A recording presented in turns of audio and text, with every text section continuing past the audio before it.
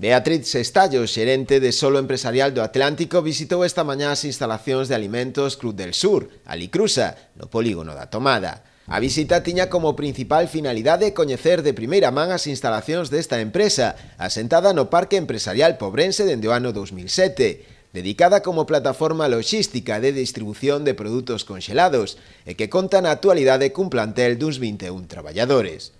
Durante a visita, Beatriz Sestallo puido abordar tamén coa dirección da empresa os proxectos futuros de ampliación que ten a compañía, despois da adquisición o pasado mes de setembro de 3 parcelas que estaban aínda á venda neste polígono, cunha superficie total duns 13.000 metros cadrados. Coñecer de primeira man cos actores máis importantes,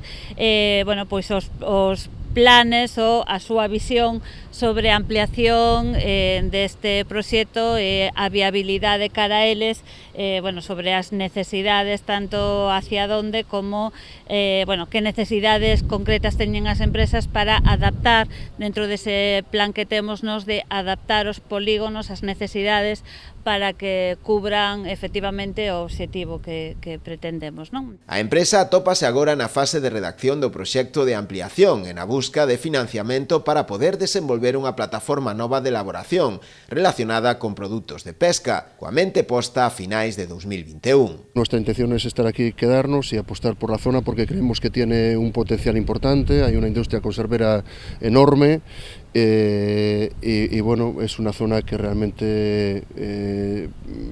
requiere de este tipo de industrias, ¿no? Con este encontro, a xerente de Solo Empresarial do Atlántico inicia os contactos para avaliar a demanda de chan industrial que pode existir para acometer no futuro a ampliación do polígono, que esgotou xa a súa superficie no ano 2019.